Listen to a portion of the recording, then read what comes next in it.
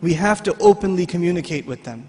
And that's the other thing. And part of this communication, only one more thing about parenting before I go to marriage. Just one more basic thing about parenting in this society. You know, there are certain things in Islam that are absolutely unacceptable. They're taboo, they're forbidden, they're haram, they're evil. But our children see them every day.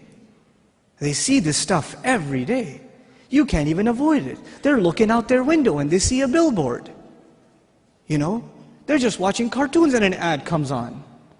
They see this stuff, and you put them in, most of you put them in school, and I don't even say Islamic schools are safe, because most kids in Islamic school are watching the same shows that the kids in public school are watching. And they're talking about it at the school too. Let's face reality for a moment.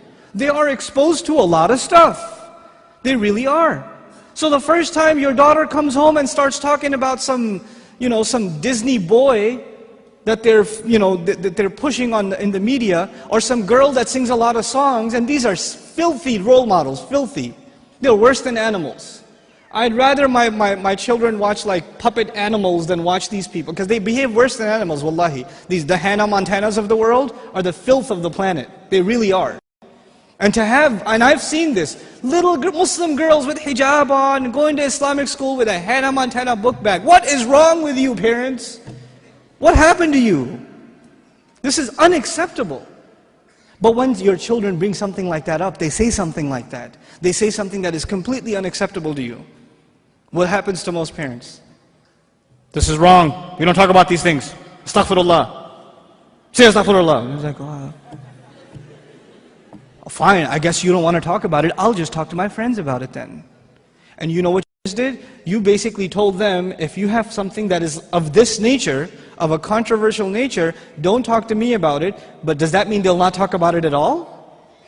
They will talk to someone, and who's it going to be? Their friends. Most of the time they're non-Muslim friends, from whom they will get non-Muslim kinds of advice.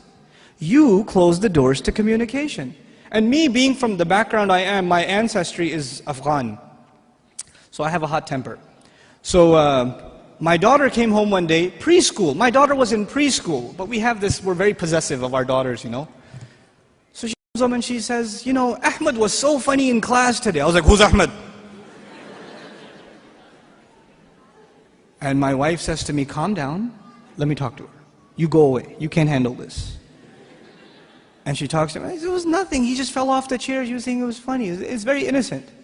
But if she hears, my dad really gets upset when he hears the name Ahmed or, Sharif or whatever, so I better not bring it up. I better not tell my parents what happened at school, then I've shut the doors of communication. I've made that mistake.